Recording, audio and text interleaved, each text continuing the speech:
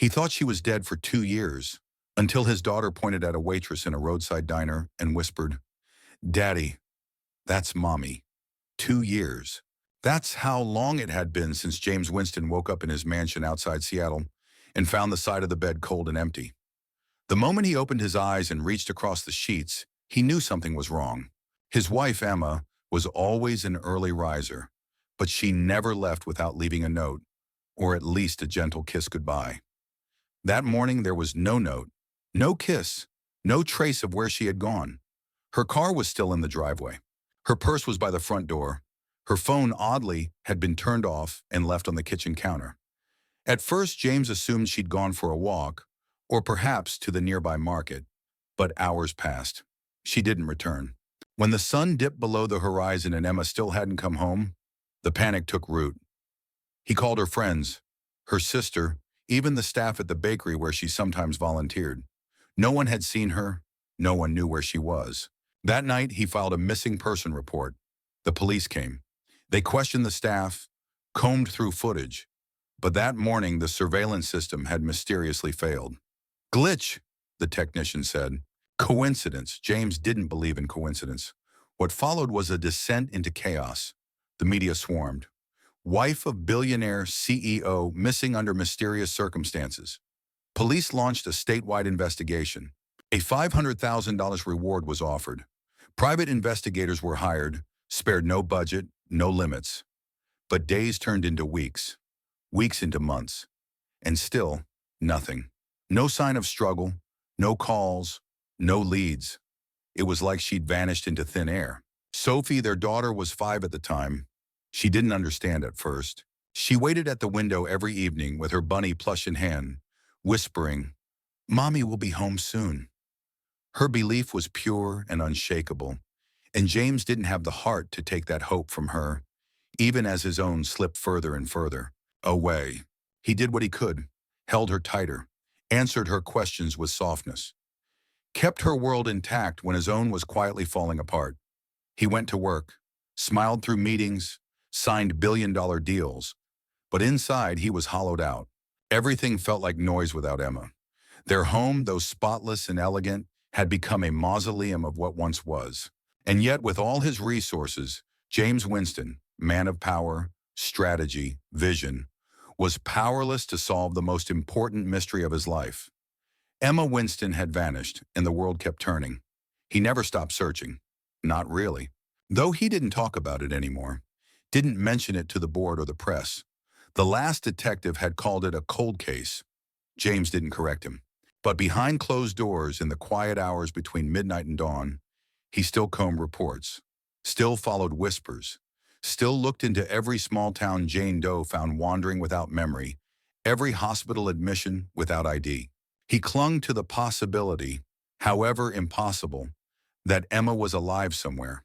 And yet, a part of him had already started grieving. Not in the loud, tear-streaked way most widowers did, but in small things.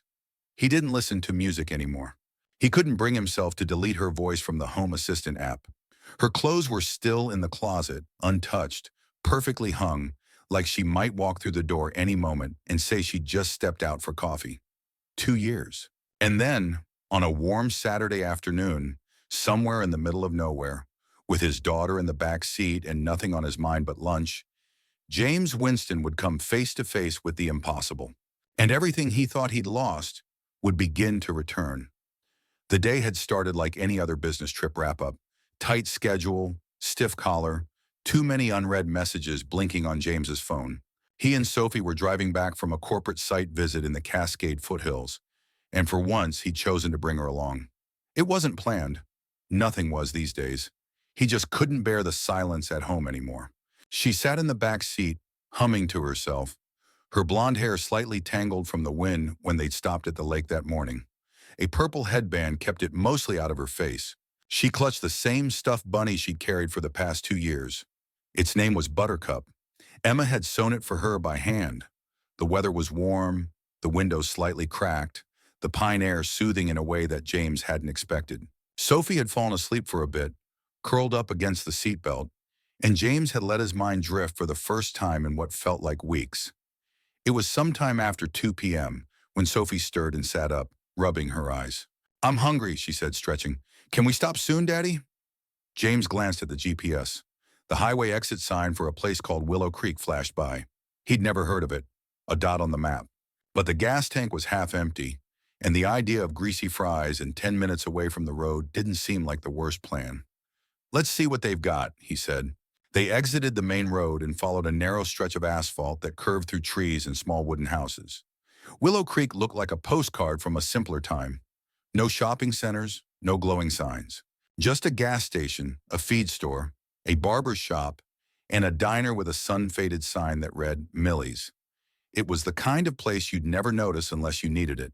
Looks cozy, Sophie said, peering out the window. James pulled into the gravel lot.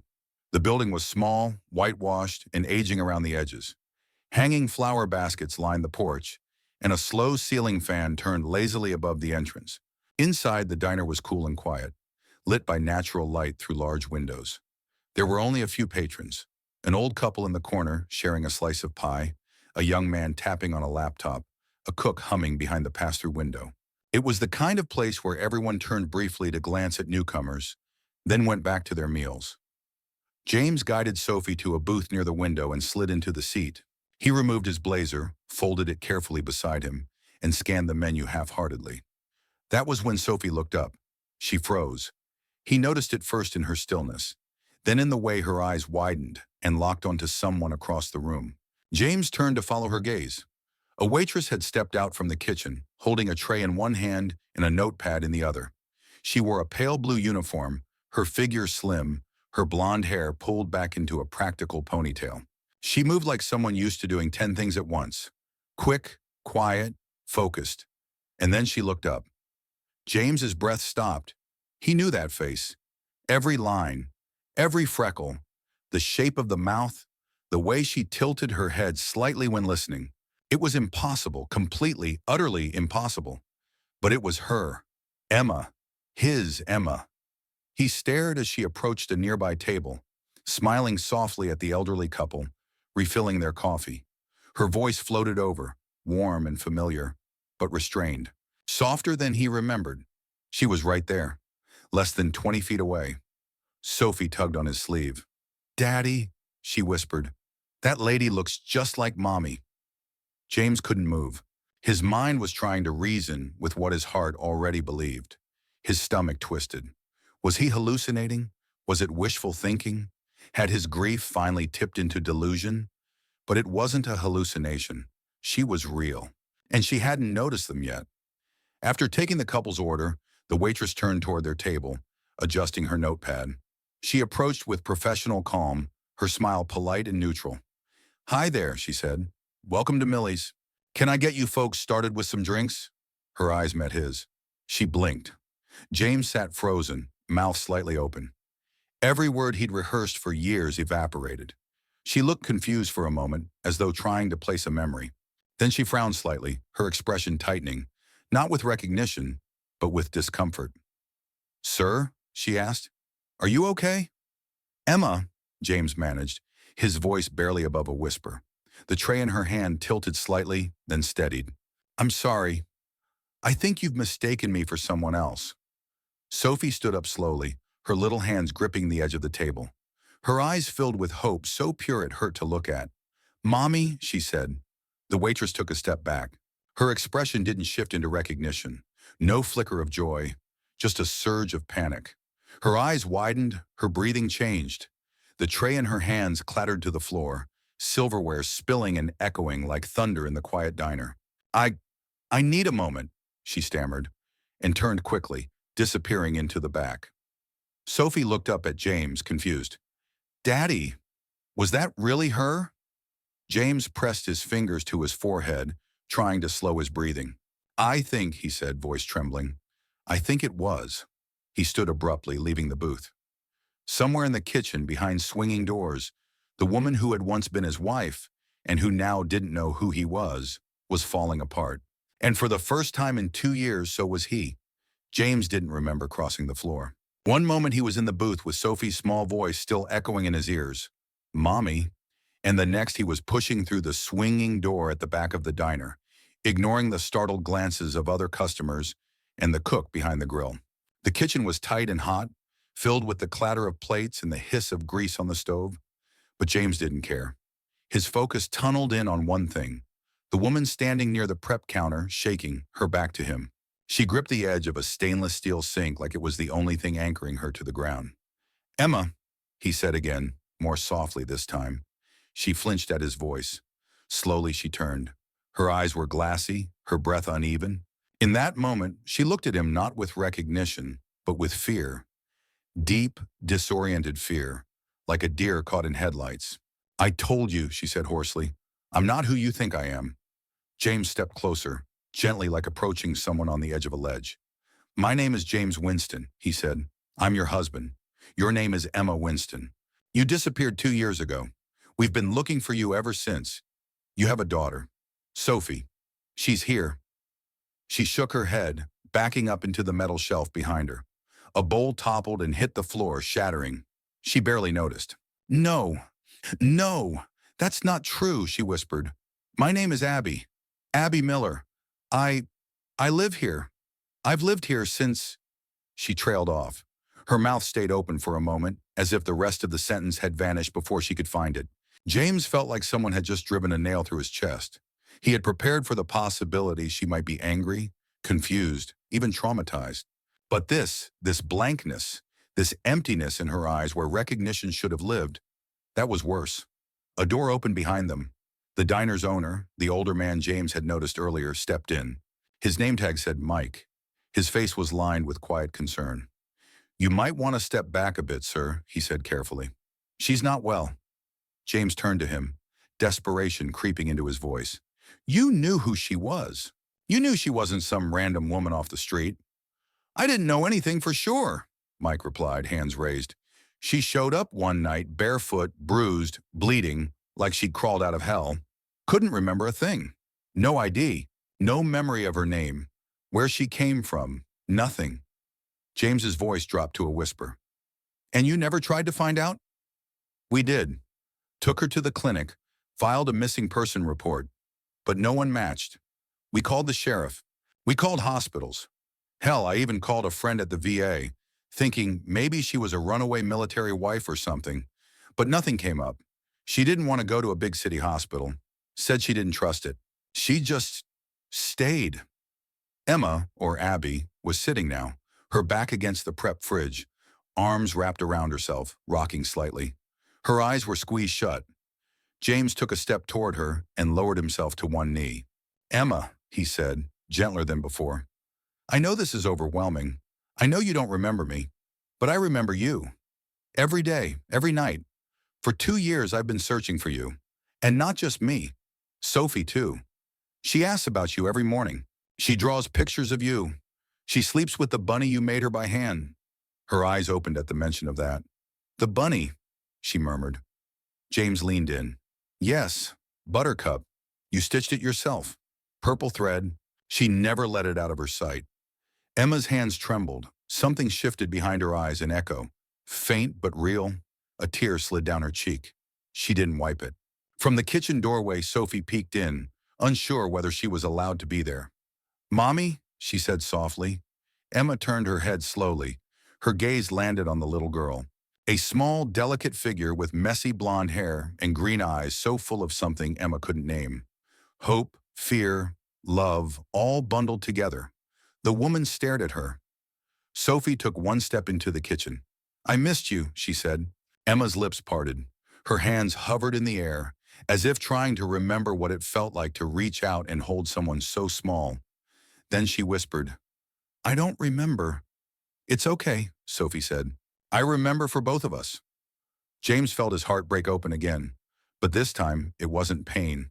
It was something softer, something beginning. Mike stepped back quietly.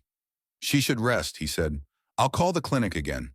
Maybe it's time we get her some real help." James didn't move. He was still kneeling, still watching the woman who had once been his wife, and who somehow still was. She hadn't vanished.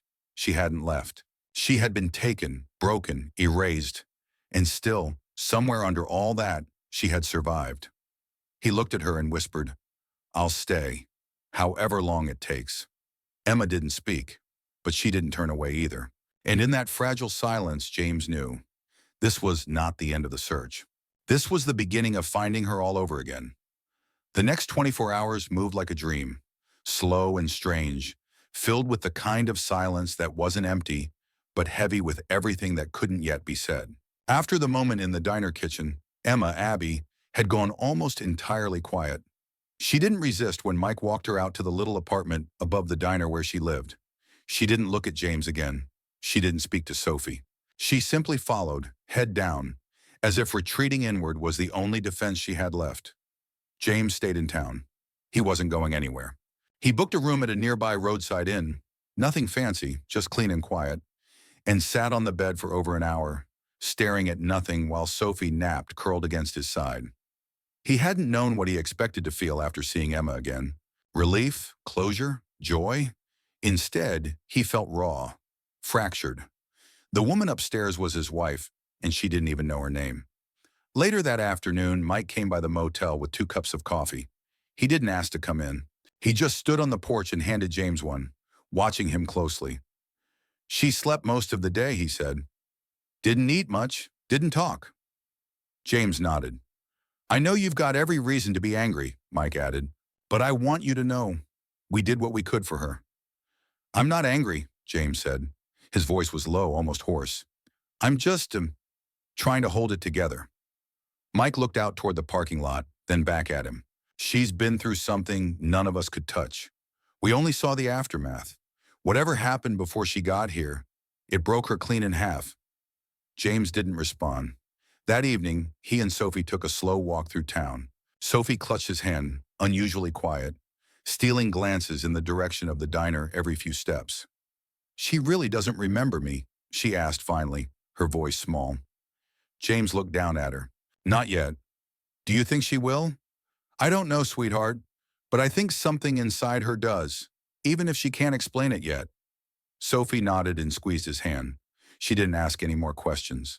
The next morning they returned to Millie's, not to confront, but to sit, to simply be there. Mike had arranged for Abby to be off her shift for a few days, and the waitress behind the counter was a red-headed girl with a nose ring and nervous hands. James ordered coffee. Sophie got pancakes. They didn't speak about the elephant in the room. They just waited. It wasn't until the 3rd day that Emma appeared again. She walked in slowly, her eyes guarded but clearer. Her hair was down. She wore jeans and a plain t-shirt, not the waitress uniform. She looked different, more human, less like someone playing a role. She walked to their booth and stood a few feet away. "I still don't remember everything," she said. Her voice was calm but shaky, like someone carefully testing the ground beneath their feet. "But I remember her eyes." James looked up. Sophie's fork froze in midair. Emma's gaze softened. "And that bunny.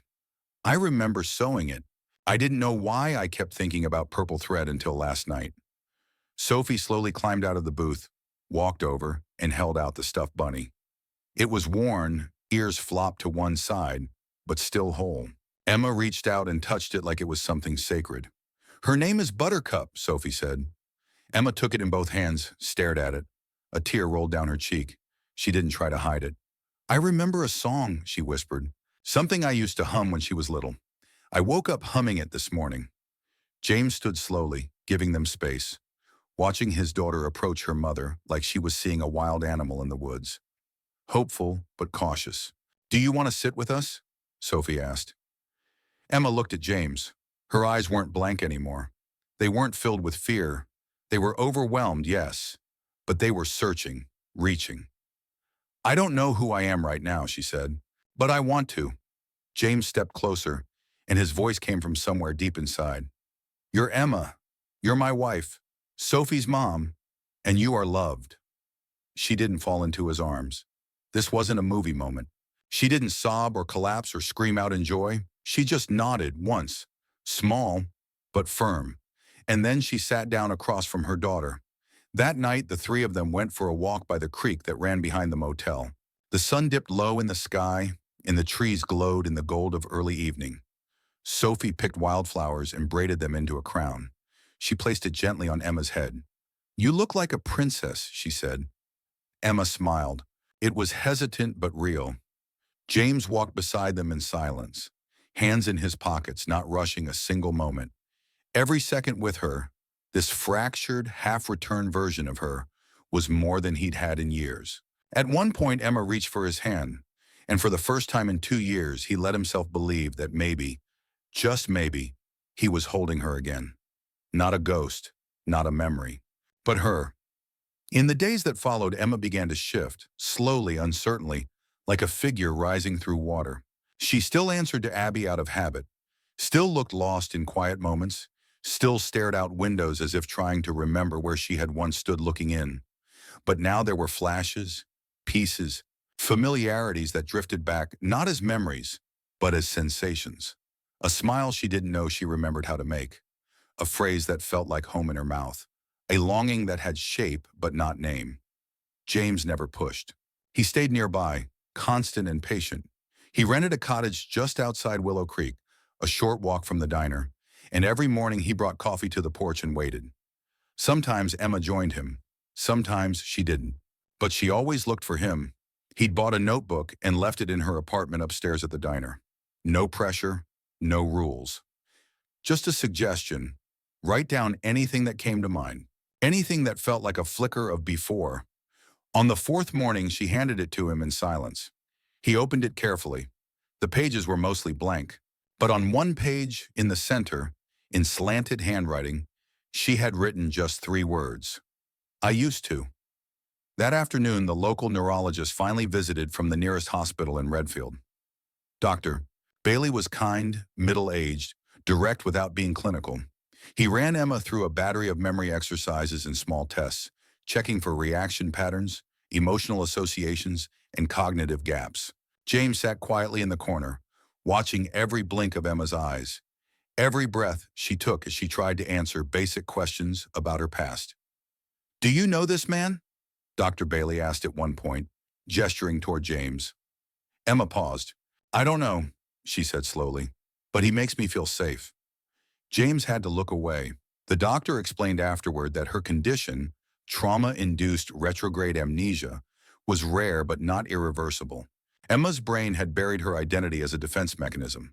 The fact that she was beginning to recall sensory and emotional fragments was a sign of healing. But he warned them, full memory recovery was not guaranteed.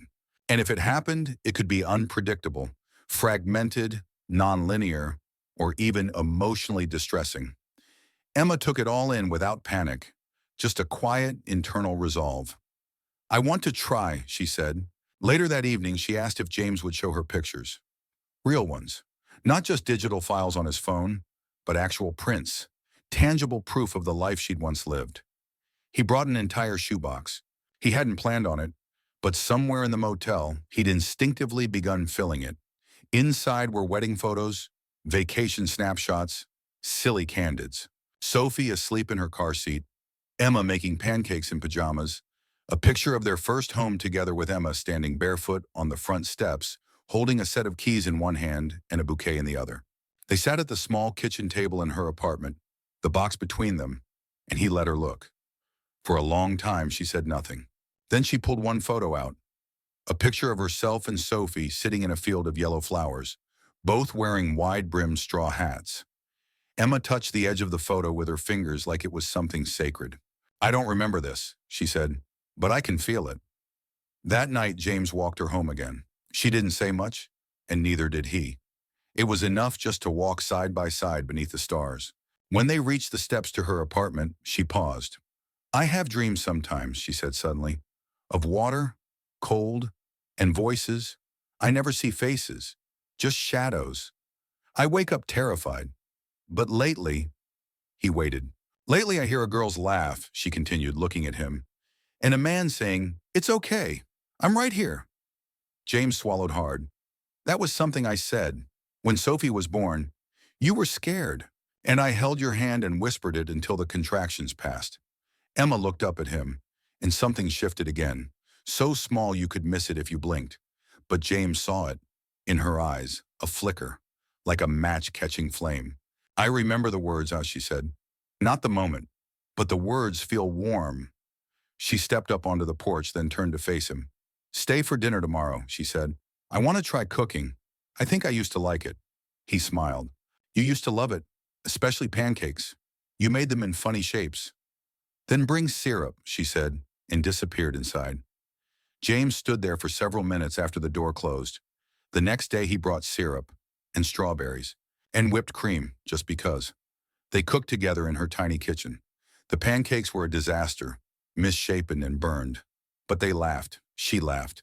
It was light and sharp and real, and for a moment, James could almost pretend nothing had ever been broken. Sophie joined them that evening and declared the meal the best dinner in the world.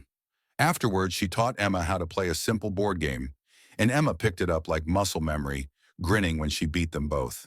When James rose to leave, Emma walked him to the door. "You're not just staying for Sophie's sake, are you?" she asked softly. "No," he said honestly. "I'm staying for both of you." She nodded. "Then I guess I'll try to remember for both of us." He started down the stairs.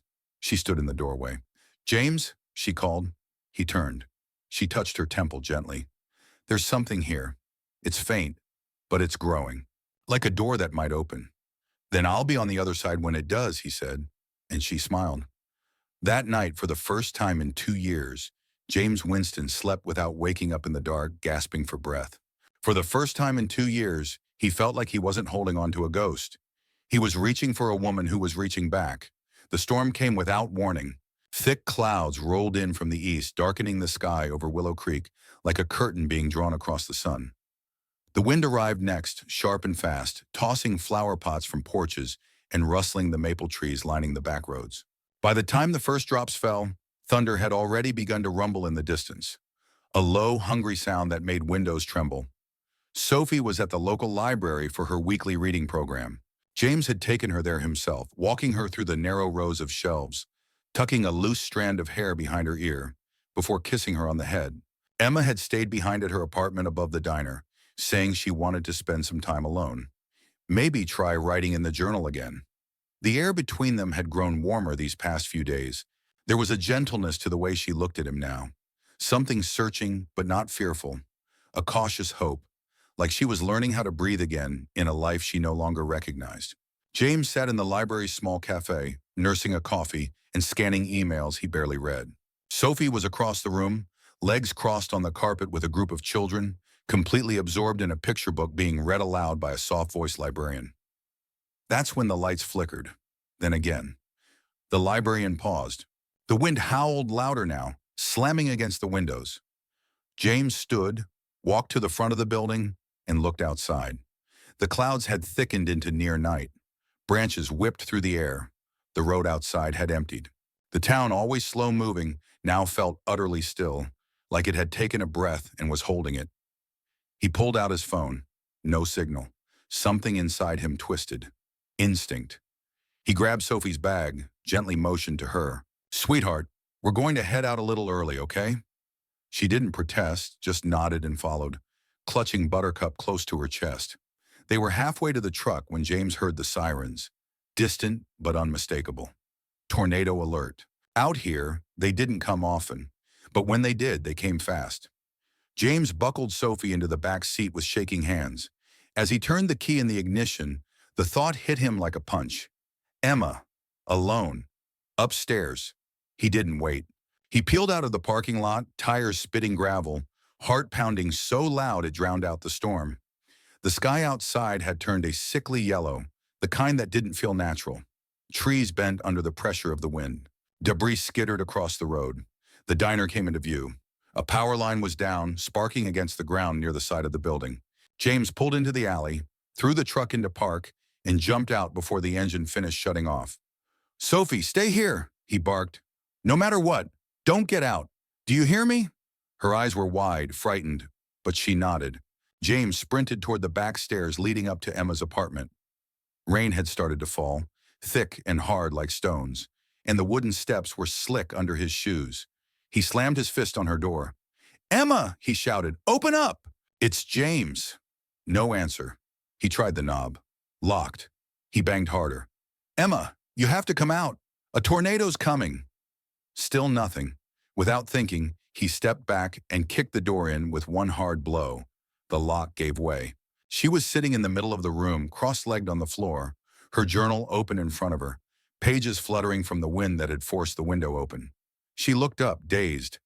James! He rushed to her, grabbed her by the shoulders. Emma, we have to go. Now, it's not safe here. She blinked at him, confused. I I was remembering something. You were wearing a tie. Sophie had paint on her hands. We were in the kitchen. She was painting butterflies. I know, he said, heart twisting. That's real, but we don't have time right now. Please. He helped her to her feet. She stumbled once and he caught her. Together they raced down the stairs and into the truck. Sophie sobbed with relief when she saw her mother alive and beside her. James turned the key, floored the gas, and sped toward the town's designated storm shelter, an old brick school gymnasium reinforced with steel. They made it just in time. Inside, other families were huddled on mats and benches. Emergency lights flickered as the power surged and failed. The wind outside roared like a freight train, shaking the building. People cried. Children clung to their parents. Some prayed out loud. James wrapped both arms around Emma and Sophie, pulling them close as the noise grew deafening. Then, silence. The kind that's too quiet, too complete. A low whine followed. The roof above them groaned. Everyone held their breath. And then, it passed. When the all clear was given an hour later, they stepped outside into a changed world. Trees were down. Signs twisted. Part of the diner's roof had blown off, but the town stood. No casualties. Just damage, loss, but also survival. Back at the motel, they changed into dry clothes. James laid towels over the floor to catch the water dripping from the leaks above. Sophie curled on the bed, exhausted, fast asleep with Buttercup pressed to her chest. Emma stood in the bathroom, staring at herself in the mirror. She walked out, hair damp, face pale. James looked up.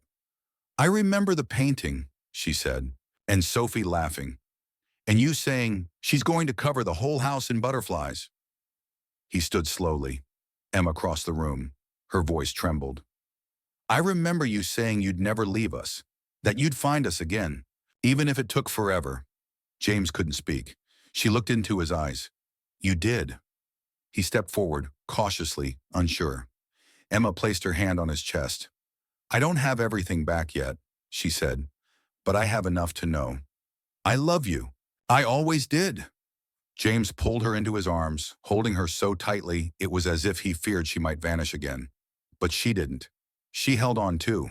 And in that moment, under flickering light, in a motel room barely big enough for a bed and a promise, they were no longer lost.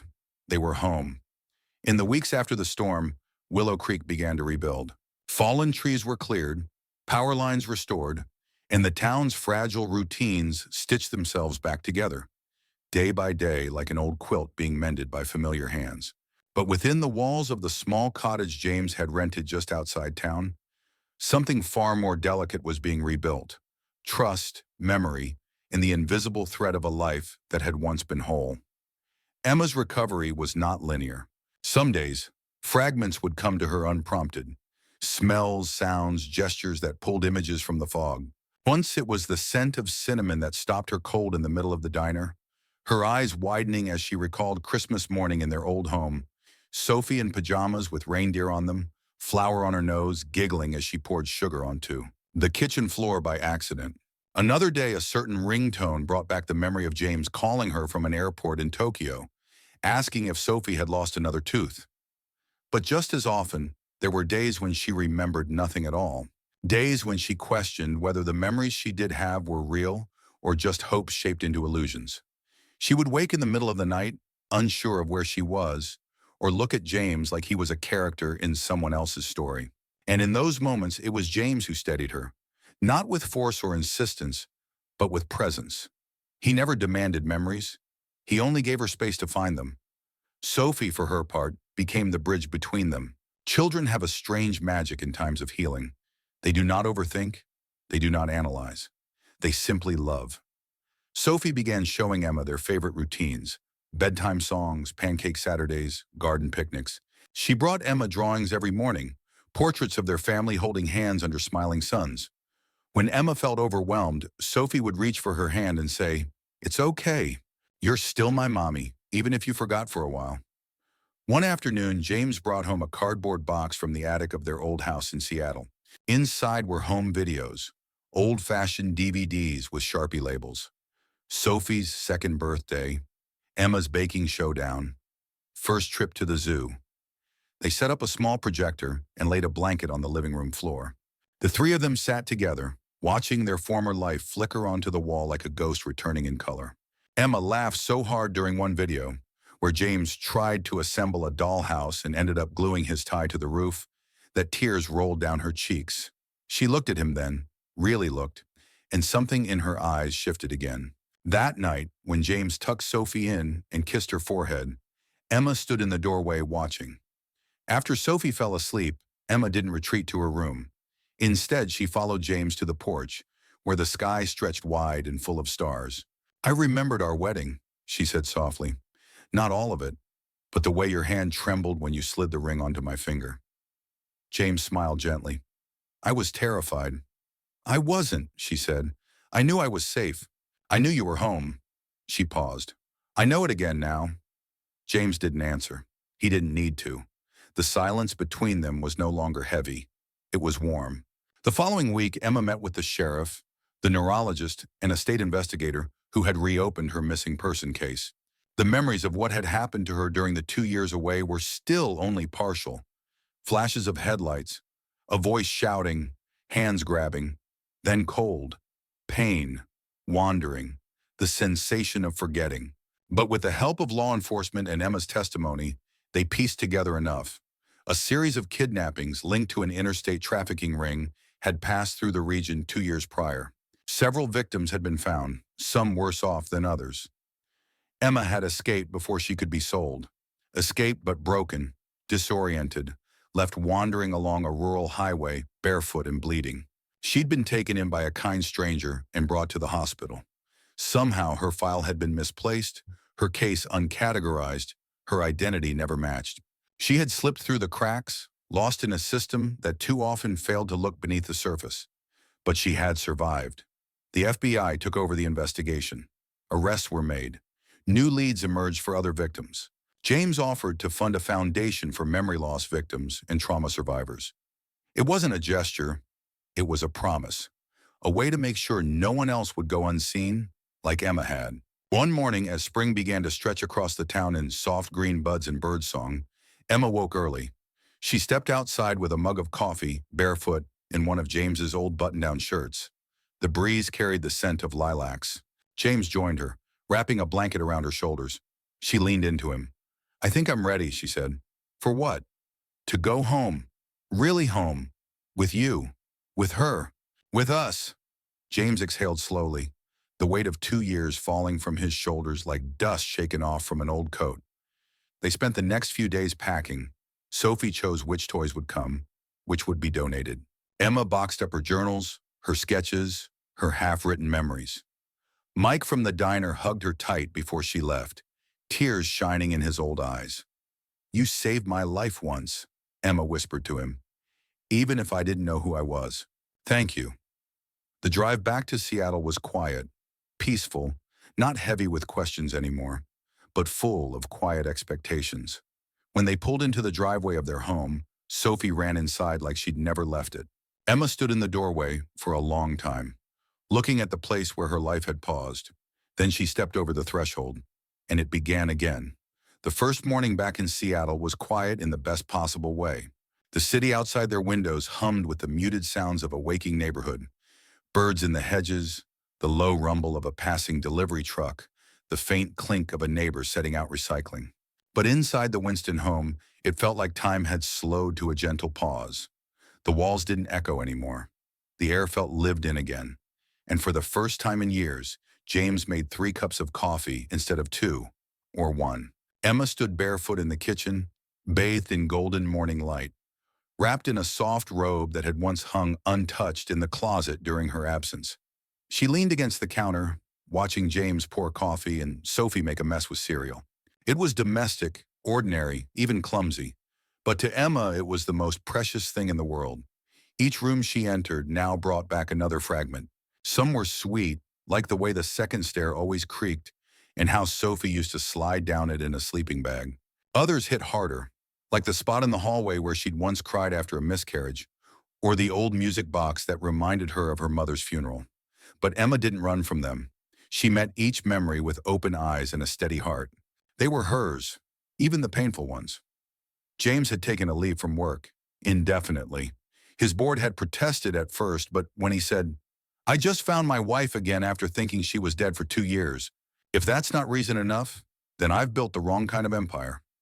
No one argued. His time was here now. With Emma, with Sophie, with everything he had once almost lost. Together they reclaimed their lives in small, careful ways. Sophie started school again. Emma walked her to the gate each morning, holding her hand just a little longer than necessary. She had introduced herself to the other parents as Emma Winston, the name still feeling new in her mouth, but more right with every repetition. In the afternoons, Emma wrote, she'd cleared a space in the sunroom and filled it with notebooks, photographs, and memories scrawled on sticky notes. What began as journaling soon became something larger, a memoir, not of trauma exactly, but of survival, of silence, of rebuilding identity in a world that no longer felt familiar. She didn't write to explain what had happened. She wrote to give it shape, to say I was lost and then I was found. And even in the dark, love kept a light on for me. James read every page. He never offered edits, never corrected her phrasing. He just listened to her voice, finally returned in full. One Saturday afternoon, they visited the park near their old neighborhood, the same one where Sophie had learned to ride a bike. The path around the pond was still there, winding beneath weeping willows and cherry trees in bloom. Emma walked hand in hand with her daughter while James carried a blanket and a basket of sandwiches. They sat beneath a tree and watched the ducks. Sophie giggled when one flapped its wings and chased another into the water. Emma leaned back on her elbows and turned to James. "Do you remember this spot?" He nodded. "You were pregnant. You made me take 100 photos because you said the light was perfect." "It was," she said. "And I had just told you we were having a girl." James smiled, but then his eyes clouded a little. "You remembered that?" "I did. Just now, all of it." He didn't say anything at first, just reached over and gently touched her hand. She laced her fingers through his. The sun dipped lower in the sky, casting everything in gold. That night, after Sophie had fallen asleep curled between them, too tired from the day to make it to her own bed, Emma turned to James in the dark. "There's still so much I don't remember," she whispered. "So many gaps." James ran a hand through her hair. "Then we'll fill them in, together, one moment at a time." "What if they never come back?" "Then we make new ones. Better ones." She was silent a moment. "I feel like I've been rewritten, like I'm a second draft of myself." He smiled in the dark. "Then you're the most beautiful rewrite I've ever read." She laughed softly, pressing her face into his chest. "Cheesy. True?" She lay there listening to his heartbeat, strong and familiar. And for the first time since waking up 2 years ago on the side of a road with no name and no memory, she felt whole. Not because everything had returned, but because the pieces that mattered most had never truly left. Weeks passed, then months. The seasons shifted from spring to early summer. Emma's book began to take form. James opened a new wing of the Winston Foundation, focused on trauma recovery and post-amnesia reintegration support. They spoke at fundraisers together. Emma, always quiet before, now stood before crowds and told her truth. Not as a victim, but as someone who had clawed her way back from the void. And Sophie, bright, resilient Sophie, flourished. Her art filled their fridge. Her laughter filled their home. She was no longer the girl waiting at the window. She was the girl running through the garden shouting, "I'm the queen of second chances." On the anniversary of the day Emma was found, they didn't mark it with sadness. They marked it with a picnic. They danced barefoot in the kitchen. James surprised her with a ring reset in a simple gold band, one he'd had made when he thought she might never wear the old one again. She slipped it on with steady hands. And as the sun set on their quiet little street, she stood at the door, arm around James, Sophie in front of them, and whispered, "We came back." James kissed her temple. "No," he said, "we never stopped." As the writer of this story, I believe the ending reflects something more profound than a reunion. It's about the quiet resilience of love and how, even when everything else is torn away, names, memories, certainty, love leaves, fingerprints that can't be erased. Emma didn't just return home. She rebuilt her sense of identity through the echoes of her relationships. The beauty of this ending lies in its realism. Not everything was restored, not every question answered. But what mattered most, connection, forgiveness, and emotional truth, was rediscovered and reclaimed. James's steadfast patience, Sophie's unshakable innocence, and Emma's strength in confronting the unknown make this not just a story of survival, but of hope earned, not handed. I didn't want a fairy tale. I wanted a story where healing was messy, slow, but worth it, and where the happy ending wasn't about things going back to how they were. It was about choosing to go forward, together, no matter what. That to me is real love.